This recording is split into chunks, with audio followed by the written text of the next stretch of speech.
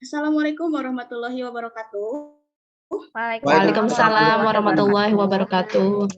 Selamat pagi anak-anakku ya. Gimana kabarnya, sehat semuanya? Alhamdulillah baik. Alhamdulillah. Iya, jadi bertemu lagi dengan Ibu ya setelah seminggu kemarin kita bertemu. Nah, minggu ini adalah jadwal kembali pelajaran biologi di kelas 10 MIPA 5. Iya, sebelum kita masuk ke pembelajaran, Ibu mau absen dulu ya. Coba ada Rani, ada Yuli, ada Irma, Vera, Ais, Sri, Sari, Diki, Eni, Herniza, ya. Oke, masuk semua ya. Iya, sebelum kita mulai pembelajaran, alangkah baiknya kita berdoa dulu. Coba Ibu mau berdoa, tapi pengen dipimpin sama siapa ya? Ada KM-nya siapa KM-nya? Sama ini aja deh, sama Vera aja ya. Coba pimpin dulu doanya. Baik, Bu. Sebelum memulai pelajaran, kita berdoa terlebih dahulu. Berdoa mulai. Berdoa selesai. Siap memberi salam. Assalamualaikum warahmatullahi wabarakatuh. Waalaikumsalam warahmatullahi wabarakatuh. Terima kasih, Vera. Iya, sudah siap ya semuanya ya. Oke, untuk pembelajaran hari ini, karena kita sudah ulangan di minggu kemarin, maka dari itu kita masuk ke bab baru ya, yaitu babnya tentang Kingdom Protista. Ibu izin share screen sebentar ya. Sudah terlihat? Sudah ada? Sudah, Bu. Ada, Bu. Ya, sip. Oke, kalau ada. Nah, ini yang pertama ini tentang Kingdom Protista. Coba sebelumnya apakah ada yang pernah dengar apa itu Protista atau Kingdom Protista? Belum, Bu. Belum ya? Sebetulnya pelajaran ini kalian sudah mendapatkannya di SMP, tapi mungkin sedikit lupa atau dan lain sebagainya, kita bahas sedikit ya. Oke, nah sebelum masuk ke materi, ini di sini juga ada tujuan pembelajarannya. Jadi tujuan pembelajarannya itu adalah bahwa kita itu siswa atau peserta didik dapat mengelompokkan protista mirip hewan berdasarkan ciri umumnya dan mengaitkan peranan dalam kehidupan. Nah, jadi untuk hari ini tuh ini adalah tujuan kita pembelajaran tentang Kingdom Protista mirip hewan. Oke. Nah, ini yang selanjutnya ada gambar apa ini? Ada nyamuk, Bu. Nyamuk, Bu. Iya, Lihat manusia, Bu. tuh, nyamuknya lagi ngapain? Ngisep darah ya? Oh, ngisep darah. Darah ya. Lebih tepatnya dia masih nempel ya, masih nempel di kulit. Nempel. Ya, betul. Nah, jadi Berniat. tujuan di sini pasti semuanya pernah ya digigit nyamuk ya. Pernah, Bu. Coba gimana rasanya ketika kita sudah digigit nyamuk? Apa respon yang akan didapat? Gatal, Bu. Gatal. Terus kalau sudah gatal jadi apa? Jadi bentol. Nah, jadi bentol, betul ya, jadi bentol. Jadi itu adalah respon ketika kita sudah digigit sama nyamuk. Namun pertanyaannya, apakah kira-kira penyakit apa saja sih yang disebabkan oleh nyamuk? Coba, ini adalah pertanyaan mendasar yang sering kalian temukan, atau mungkin di sekitaran kalian ada penyakit apa gitu. Coba ada yang tahu nggak penyakit apa yang disebabkan oleh nyamuk? Malaria, Bu.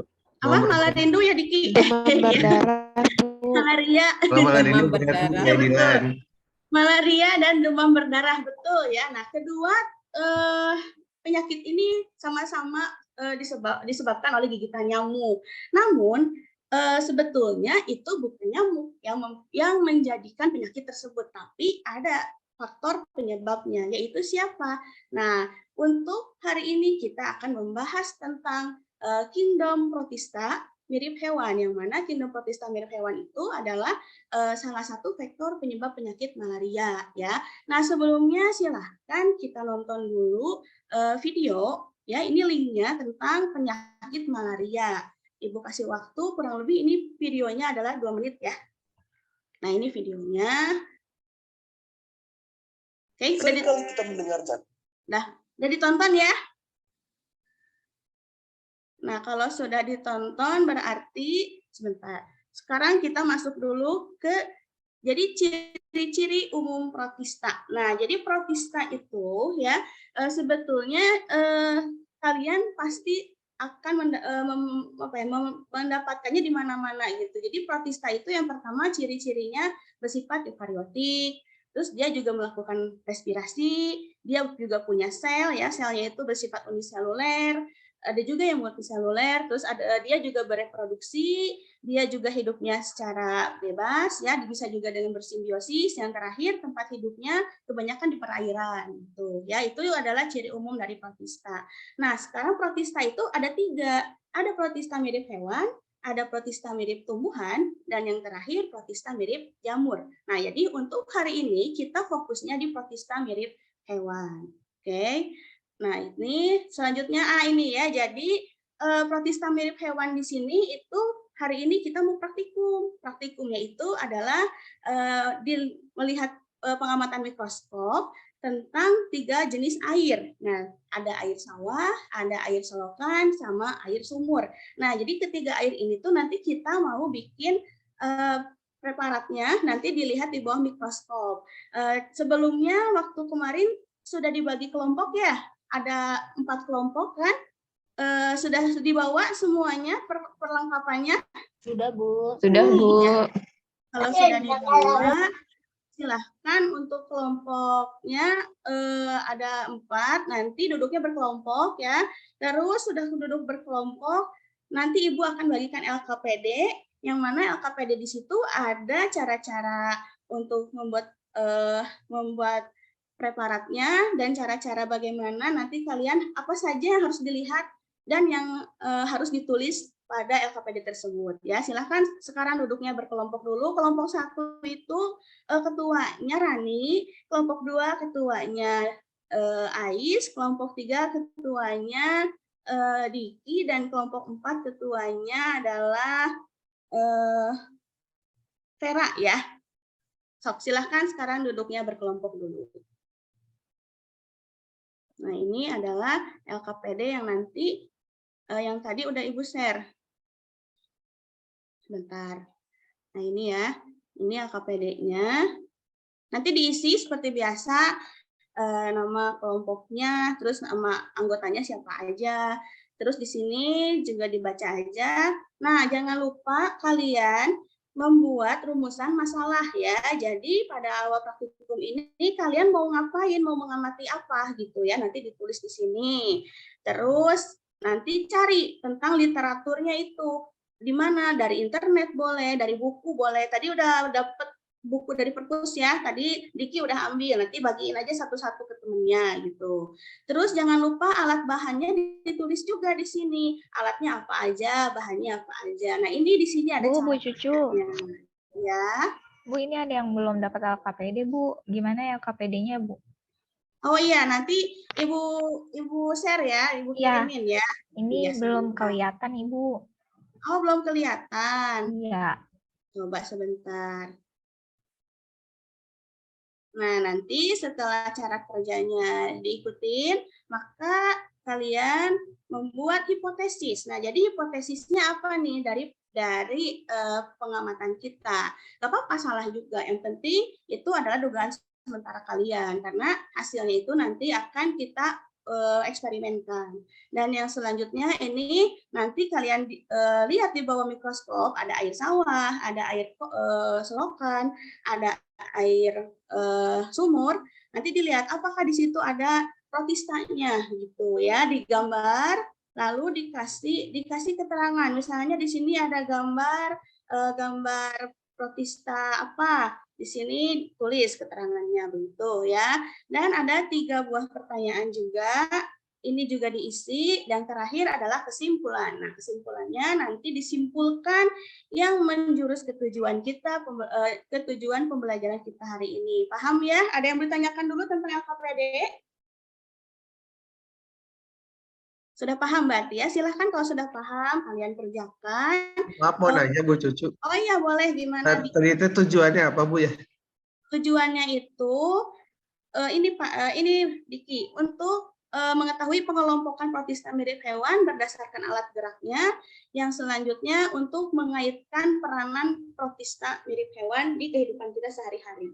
Baiklah, kalau begini Bu. Siap. Iya. Oke, silahkan kerjakan ya. Ibu kasih waktu 20 menit. Ini sudah selesai semuanya. Gimana? Sudah selesai? Udah, Bu. Iya, sudah selesai. Sebentar ya. Ada yang mau presentasi duluan?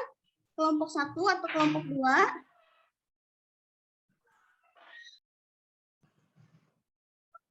Nah, tadi ada yang udah ngirim nih ke Ibu. Ibu saya screen dulu ya. Ini adalah hasil jawaban dari kelompoknya Vera. Coba kelompok Vera. Kelompok Vera dilihat dulu. Tadi udah mengamati pengamatan kan? Sudah Bu, tadi Ya. mengamati air sawah. Tuh, nah betul. Tadi Vera udah mengamati air sawah. Gambarnya ini ya. Ini gambar apa? Flagellata Bu. Ya, betul, flagellata. Betul ya. Jadi ini adalah gambar flagellata. Kenapa Vera disebut flagellata? Karena di situ mempunyai flagel ya Bu. Ya, betul. Flagel itu yang di bagian ujungnya ya. Ujung, Ini fungsinya iya. untuk apa, Vera? Apa ya Bu? Saya lupa. Ada yang bisa bantu, Riki? Pergerakan. Ya, betul. Untuk Gerakan, Bu. pergerakan Ais, betul. Vera, betul ya. Terima kasih. Nah, untuk nama protistanya itu adalah Eudrena viridis ya. Tuh. Yang nomor 2 coba dijawab sama Ais. Coba Ais. Yang tadi kan Ais udah air selokan ya. Air selokan itu Ya, Bu. tadi Ais dapat apa? Saya menemukan ada paramecium. Iya, betul, paramecium ya. Coba Ais ciri-cirinya apa kalau ada paramecium itu? Paramecium itu dia punya rambut-rambut getar, Bu, atau yang disebut dengan ciliata, Bu. Iya, betul. Betul sekali Ais ya. Terus yang ketiga ada air sumur. Coba air sumur, Ibu pengen dijawab sama Yuli. Coba Yuli, tadi Iya, air Bu. sumur dapat apa Yuli? Ini Bu, amuba bukan ya Bu? Iya, betul, dapat amuba ya. Nah, amuba itu tadi kan kalau yang pertama alat geraknya ada flagel, yang kedua alat geraknya ada ciliata. Nah, yang ketiga alat geraknya apa nih Ais nih? Maaf, Yuli nih. Kaki semu ya Bu? Ya, betul.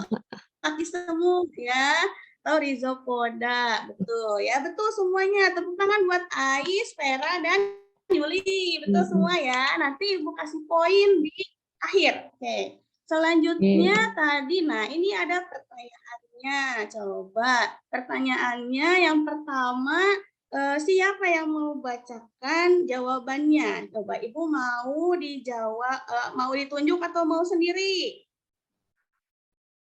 Ditunjuk aja ya. Tunjuk Ibu aja Bu, nggak mau sendiri. Oh ya boleh. Diki mau Diki? Yang lain dulu aja Bu, saya takut salah. Jangan takut salah atau Oh jangan ya, oke. Iya, Bu. Diki aja, Diki. Ya udah saya coba dulu. Diki jawab Diki. Randy bisa aja. Berdasarkan hasil pengamatan pada air sawah, air selokan dan air sumur, urutkan air mana yang banyak mengandung protista mirip hewan? Ya, jawabannya yang paling banyak pasti air selokan ya, karena tadi kotornya juga nauzubillahi min zalik ya Bu ya kelihatan. Yang kedua air sawah rada bersihan sedikit ya. Kalau air sumur mungkin sedikit sekali ya, ada protistanya. Betul ya. Terima Coba kasih ya. Diki. Betul, jawabannya betul ya. Terus yang nomor 2 coba ada 2 nih pertanyaannya. Ibu mau dijawab sama Salim. Boleh Salim dijawab? Nomor 2. Ya.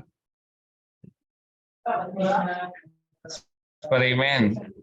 Jadi berdasarkan hasil eksperimen di mana air tersebut yang mengandung protista itu kebanyakan adalah air yang tidak steril gitu karena banyak mengandung mikroorganisme sejenis protista Bu. Ya betul ya. Terus kira-kira air yang sehat atau air yang layak diminum itu air yang seperti apa ya, Salim? Biasanya itu Bu, kalau misalnya sudah dimasak sampai mendidih dan juga tidak memiliki rasa, bau dan warna gitu Bu. Iya, betul sekali, betul. Terima kasih Salim ya jawabannya. Nah, yang Sama Bu. terakhir ini Ibu mau dijawab sama Rani. Coba Rani, apa nomor 3 kaitannya peranan protista mirip hewan ini baik yang menguntungkan maupun yang merugikan dalam kehidupan kita apa? Kalau untuk yang menyebabkan kerugian itu jadi sumber penyakit Bu, seperti menyebabkan diare oleh Entamoeba histolica, kemudian penyakit pada gusi atau sakit gigi, Entamoeba gingivalis, dan penyakit malaria yang disebabkan oleh Plasmodium ST, Bu. Ya, kalau yang menguntungkannya? Kalau yang menguntungkan ada paramecium yang bisa dijadikan indikator kalau air tersebut itu tercemar atau tidak, atau masih bersih atau tidak. Kemudian dapat menjadi salah satu rantai makanan di ekosistem, dan ada yang menjadi indikator sumber minyak bumi dengan cangkang foraminifera radiolaria. Seperti itu, Bu. Ya, terima kasih ya yang tadi sudah menjawab, Rani, Salim, dan Niki ya. Oke, jadi sudah terbayang ya bahwa air yang kita minum itu adalah air yang maksudnya air yang harus kita minum itu adalah air yang bersih, air yang steril. Kalau air-air yang tadi itu kita tidak boleh meminumnya ya, apalagi kalau cuci sesuatu di situ ya. Maka kalau cuci sesuatu di situ nanti bisa menyebabkan penyakit. Oke, nah berarti kita tarik kesimpulannya dari dari hasil eksperimen yang tadi. Ada yang mau memaparkan kesimpulannya ada apa aja? Ada yang mau? Siapa? Saya Bu. Ya, boleh Salim. Kesimpulannya apa berarti? Jadi protista itu ada yang mirip hewan berdasarkan alat geraknya. Itu dibagi menjadi 4 Bu. Yang pertama dari Jaufoda, atau tadi ada kaki semu ya. Kemudian ada ciliata atau kaki bulu getar. Kemudian flagellata seperti bulu cambuk, dan juga sporozoan. Nah, kemudian juga peranan pada protista mirip hewan ada peranan menguntungkan dan juga merugikan. Salah satunya yang menguntungkan dapat menjadikan indikator dalam air tercemar dan rantai makanan dalam ekosistem. Sedangkan peran merugikan adalah dapat menyebabkan penyakit, diantaranya malaria, diare, sakit gigi, atau gusi sampai bengkak, Bu. Iya, betul sekali. Terima kasih Salim ya. Nah, itu adalah kesimpulan dari pembelajaran eksperimen kita hari ini ya. Oke, jadi intinya kesimpulannya itu bahwa protista mirip hewan itu ada 4 berdasarkan alat geraknya ya. Ada Rhizopoda, ada Ciliata, ada Flagellata, dan Sporozoa. Termasuk yang tadi yang malaria itu adalah kalau dari keempat yang tadi kira-kira masuk ke dalam apa? Kelompok mana? Kelompok protista mirip hewan, Bu. Ya, kelompok protista mirip hewan bagian filum sporozoa ya, karena dia tidak alat. Nah, betul ya. Oke, untuk hari ini cukup sekian pelajaran biologi tentang protista mirip hewannya. Nah, jangan lupa kalian untuk mengisi post-test ya. Nanti post-testnya akan Ibu bagikan di grup ya. Nanti kalian silahkan isi dan diisinya dipakai Google Form ya. Jangan lupa ya, Ibu kasih waktu 5 menit. Oke, sudah selesai ya post-testnya ya? Iya, kalau sudah selesai, Ibu ucapkan terima kasih kepada anak-anakku semuanya sudah menyimak dengan baik ya. Untuk minggu depan kita akan lanjut pembelajaran tentang protista mirip tumbuhan dan protista mirip jamur. Terima kasih. Mohon maaf bila ada kesalahan. Assalamualaikum warahmatullahi wabarakatuh. Waalaikumsalam warahmatullahi wabarakatuh. Terima Terima kasih, Bu.